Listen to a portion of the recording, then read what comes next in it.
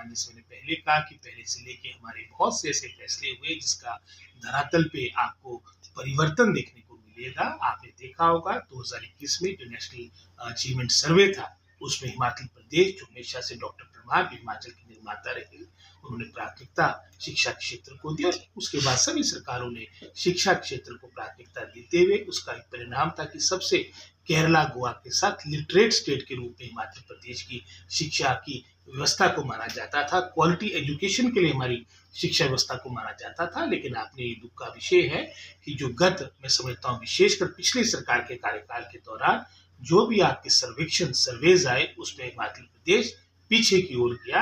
आपका national achievement सर्वे में 2021 में आप 21वें स्थान पे पहुंच चुके थे, जहां पहले टॉप 5 स्टेट्स में हुआ करते थे। इसी तरह से परफॉर्मेंस ग्रेडिंग इंडेक्स, वो भी महत्वपूर्ण मानक होता है, आप 18वें स्थान पे पहुंच चुके। असर की रिपोर्ट के अनुसार अगर आप 2022 की सरकार के कार्यकाल के दौरान की असर की रिपोर्ट पे आप नजर डालेंगे, उस वक्त आपका 8वीं का बच्चा आपका 3rd का सिलेबस पाठ्यक्रम पढ़ने में समर्थ था। आज लगभग सभी जो आपके सर्वेक्षणों की रिपोर्ट आ रही है, जैसे उदाहरण के तौर पे नेशनल अचीवमेंट सर्वे का जो पीछे आपने देखा वो जो हिमाचल प्रदेश को जो रैंकिंग मिली है ओवरऑल, यानी स्टेट्स और यूनियन टेरिटरीज को मिलाकर, यानी 28 और आपकी 8 यूनियन टेरिटरीज, 36 में आपको 5th रैंक पूरे भारतवर्ष में मिला है। एक बहुत बड़ी उछाल है, एक बहुत बड़ी, मैं समझता हूँ एक कीर्तिमान हमारे प्रदेश ने, हमारे विभाग ने स्थापित किया है, जो इतनी बड़ी छलांग लगाई है। और इसके लिए मैं अपने पूरे विभाग को बधाई देता हूँ। उनके परिश्रम से, उनके, मैं समझता हूँ, उनकी सेवाओं से ये संभव हो पाया। लेकिन अगर आप सिर्फ स्टेट्स की बात करेंगे, 28 स्टेटों की बात करेंगे, उसमें हमारा स्तर नंबर 3rd है। क्योंकि अगर यूनियन टेरिटरीज की हम बात करेंगे, चंडीगढ़ के साथ हम अपने प्रदेश की, लाहौल स्पीति की, किन्नौर की, चंबा की, अपने दुर्गम प्रदेश की तुलना नहीं कर सकते। असर की रिपोर्ट का मैंने आपको बताया था कि सरकार के कार्यकाल के दौरान कहाँ थे। आज ये हम सबके लिए गर्व का विषय है कि रीडिंग और लर्निंग लेवल पे केरला से बेहतर आपको क्लास 3 में हिमाचल प्रदेश को आंका गया, नंबर 1 आंका गया। लेकिन ये शुरुआत है, अभी बहुत से, मैं समझता हूँ अभी बहुत से रिफॉर्म्स, बहुत से सुधार, बहुत सी एक जवाबदेही विभाग के अंदर तय होनी महत्वपूर्ण है। और उसमें चाहे वो मंत्री की बात होती है, चाहे हमारे नॉन टीचिंग स्टाफ की बात हो, एक वर्क कल्चर और बेहतर हो, रिस्पॉन्सिबिलिटी फिक्स हो, इस सोच के साथ ही सरकार कार्य कर रही है।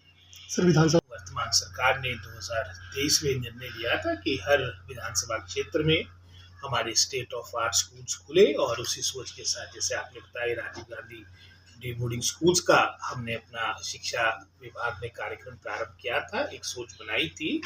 और उसमें प्रथम चरण में हमारे ऐसे क्षेत्रों को चिन्हित किया गया जहां पर लगभग 50 बीघा के आसपास लैंड थी। आप जानते हैं कि हमारा क्षेत्र पहाड़ी है, बिलासपुर की स्थिति में, हमारे शिमला जिला की यही स्थिति जो आपकी स्थिति है।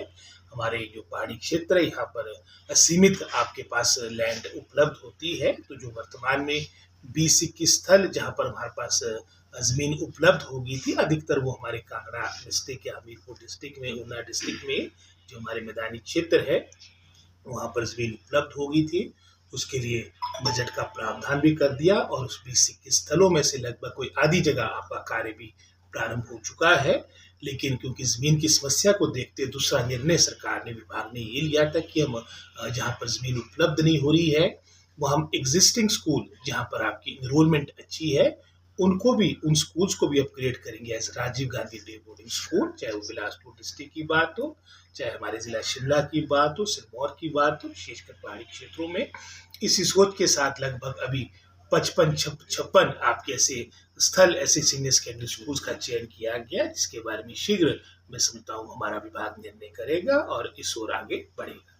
सर, कांग्रेस आला कमान के समक्ष रख दिया है, और वर्तमान समय में जहाँ मैं मंत्री के रूप में भी, मैं समझता हूँ, संतुष्ट हूँ, जो एक विश्वास आला कमान ने रखा है। लेकिन निश्चित रूप में एक कांग्रेस कार्यकर्ता, मंत्री हम बाद में हैं, पहले कांग्रेस के कार्यकर्ता है, और अगर ये जिम्मेदारी मिलती है तो निश्चित रूप में वहाँ पर भी पूरा योगदान देने का हमारा पूरा प्रयास रहेगा। तो आज वर्तमान में जो फैसला लेना है, ये व्यक्ति विशेष रूप ठाकुर ने या किसी दूसरे कार्यकर्ता ने नहीं लेना है। ये मामला, ये मसला अब कांग्रेस आला कमान के पाले में है। जो भी उनका निर्णय होगा वो हम सब के लिए सर्वमान्य होगा। सत्र का आनंद भी नहीं आता है। और इस का तो पूरा मौका माननीय मुख्यमंत्री जी ने, हमारी कैबिनेट ने उनको 15 दिन का सेशन आज से पहले बहुत ही कम सुना हुआ कि मॉनसून सेशन आपका इतने लंबे समय तक हो, तो पूरा अवसर दिया है। हम बिल्कुल डेमोक्रेसी में बिलीव करते हैं, प्रजातंत्र में विश्वास रखते हैं, वो अपनी बात वहाँ पर रखी।